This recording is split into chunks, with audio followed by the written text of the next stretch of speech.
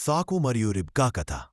చాలా సంవత్సరాల తరువాత అబ్రాహాము వృద్ధుడై వయస్సు మీరినవాడయ్యాడు. అతడు తన అత్యంత నమ్మకమైన సేవకుని పిలిచి ఆకాశమందున్న దేవుడైన యెహోవా నామమున ప్రమాణం చేయించుకున్నాడు. నేను నివసించుచున్న ఈ కనానీయుల కుమార్తెలలో ఒకదానిని నా కుమారునికి పెండలి చేయకుందున్నట్లు నా తోడ క్రింద చేయి వేసి ప్రమాణము చేయుము. నీవు నా దేశమందున్న నా స్వజనుల యొద్దకు పోయి నా కుమారుడైన ఇస్సాకు కొరకు భార్యను తీసుకొని వచ్చెదవు గాక. నమ్మకమైన సేవకుడు తన యజమాని కోరికను నెరవేరుస్తానని ప్రమాణం చేశాడు. ఇది దైవికమైన మిషనని అతనికి తెలుసు. ఆ సేవకుడు తన యజమానుని ఒంటెలలో 10 ఒంటెలను తన స్వాధీనపరచుకొని తన యజమానుని ఆస్తిలో సమస్త మంచి వస్తువులను పట్టుకుని మెసొపొతిమియాయందున్న నాహోరు పట్టణమునకు ప్రయాణమైపోయి ఆ పట్టణము వెలుపలనున్న నీలబావియొద్ద సాయంకాలమున ఒంటెలను మోకరింపజేసెను. అప్పుడే స్త్రీలు నీలు చేదుకొనుటకు బయలుదేరు సమయము. ఆ సేవకుడు ఇలా ప్రార్థించాడు: నా యజమానుడైన అబ్రాహాము దేవుడవైన యెహోవా, దయచేసి నేడు త్వరగా నీ ఆశీర్వాదము దయచేయుము. ఇదిగో, నేను ఈ నీళ్లు ఊటెయొద్ద నిలుచుచున్నాను. ఈ ఊరివారి కుమార్తెలు నీళ్లు చేదుకొనుటకు బయలుదేరి వచ్చున్నారు. దయచేసి నీ కుండలోని నీళ్లు కొంచెము నన్ను త్రాగనిమ్ము అని నేను ఏ చిన్న దానితో చెప్పుదునో అందుకు అది త్రాగుము, నీళ్లు తోడి పెట్టేదెను అని చెప్పును. ఆమెనే నీళ్లులేక సేవకుడైన ఇస్సాకు కరకు నియమించిన దానగును. నేను నా యజమానునికి దయ చూపించితివని నాకు తెలియను.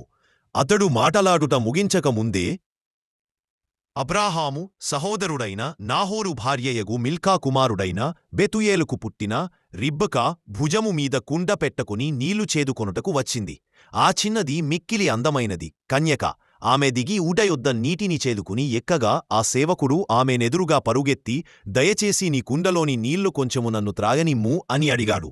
ఆమె, నా యజమానుడా, త్రాగువు అని చెప్పి త్వరగా తన కుండని చేతికి దించి అతనికి త్రాగనిచ్చిన తరువాత, నీ ఒంటెలును త్రాగువరకు వాటికి నీ నీళ్లు తోడి పెట్టేదెను అని చెప్పి త్వరగా తన కుండలోని నీళ్లను తొట్టిలో పోసి తిరిగి నీళ్లు చేదుటకు బావియొద్దకు పరుగెత్తి అతని ఒంటెలన్నిటికిని నీళ్లు చేదిపోసింది.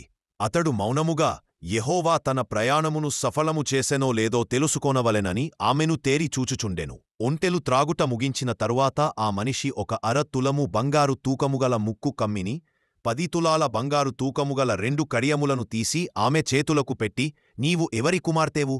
దయచేసి నీ తండ్రి ఇంట మేము బసచేయుటకు చోటు కలదా అని అడిగాడు. నేను నాహోరుకు మిల్కా కనిన బెతుయేలు కుమార్తెను పని చెప్పింది. మరియు ఆమె, మా యొద్ద కొంచెము గడ్డియు మేతయు బసచేయుటకు చోటును కలవు అని చెప్పింది. ఆ మనిషి సాగిలపడి అబ్రాహాము దేవుడైన యెహోవాకు స్తుతి చెల్లించాడు. ఆయన నా యజమానునికి దయను సత్యమును చూపుట మానని అబ్రాహాము దేవుడైన యెహోవా స్తుతింపబడునుగాక.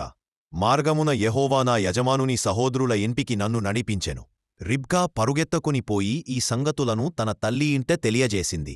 రిబ్కా అన్నయిన లాబాను ఆభరణాలను మరియు తన చెల్లెలి చేతులమీద ఉన్న కడియాలను చూసి బావి యొద్దనున్న ఆ మనిషి యొద్దకు పరుగెత్తివచ్చి యెహోవా ఆశీర్వదించింది.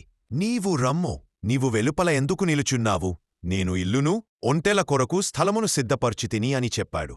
ఆ సేవకుడు తాను వచ్చిన పనినంతటినీ వివరించి తాను చేసిన ప్రార్థన మరియు రిబ్కా ఎలా దానికి జవాబు అయ్యిందో చెప్పాడు. అప్పుడు అతడు, కాబట్టి మీరు నా యజమానునికి దయను సత్యమును చూపిన ఎడల అది నాకు తెలియజేయుడి. లేని ఎడల అదియూ నాకు తెలుసు. అప్పుడు నేను కుడికైనను ఎడమకైనను పోవుదును అని అడిగాడు. అందుకు లాబానును బెతూయేలును, ఈ కార్యము యెహోవా వలననే కలిగినది. మేము దీనికి మంచిగాని చెడుగాని చెప్పజాలము. ఇదిగో, రిబ్కా నీ ఎదుటనున్నది. ఆమెను తీసుకొని పోయి యెహోవా సెలవిచ్చినట్లు నీ యజమానుని కుమారునికి భార్యగా నుండునట్లు చెయ్యుము అని అన్నారు. వారు రిబ్కాను పిలిచి, నీవు ఈ మనుష్యునితో వెళ్ళెదవా అని అడుగా ఆమె, వెళ్ళెదను అని చెప్పింది. వారు రిబ్కాను ఆశీర్వదించి, మా సహోదరి, నీవు వేవేల జనములకు తల్లివగుదువుగా. నీ సంతతివారు తమ పగవారి గుమ్మమును స్వాధీనపరచుకొందురుగా అని చెప్పారు. అప్పుడు రిబ్కాను ఆమె దాసీలను అబ్రాహాము సేవకుడిని మరియు అతని మనుష్యులను పంపించారు. రిబ్కా ఆమె పరిచారికలు ఒంటెలెక్కి ఆ మనిషితో బయలుదేరారు. ఇస్సాకు సాయంకాలమున పొలములో ధ్యానించుటకు బయలుదేరారు. అతడు కన్నులెత్తి చూచినప్పుడు ఒంటెలు వచ్చుట కనబడింది. రిబ్కా కూడా కన్నులెత్తి ఇస్సాకును చూసి ఒంటె మీద నుండి దిగి, పొలములో మనలను ఎదుర్కొనుటకు వచ్చుచున్న ఈ మనుష్యుడెవడు అని సేవకుని అడిగింది. అందుకు ఆ సేవకుడు, అతడు నా యజమానుడు అని చెప్పాడు. అప్పుడు ఆమె ముసుగు వేసుకొని కప్పుకుంది. ఆ సేవకుడు తాను చేసిన కార్యములన్నీ ఇస్సాకుతో వివరించాడు. ఇస్సాకు ఆమెను తన తల్లి అయిన షారా డేరాలోనికి తీసుకొనిపోయి రిబ్కాను పెండలి చేసుకొని ఆమెను ప్రేమించాడు. తన తల్లిని పోగొట్టుకున్న తరువాత ఓదార్పు పొందాడు. వారి ప్రేమకథ దేవుని ఆశీర్వాదంతో ప్రారంభమైంది.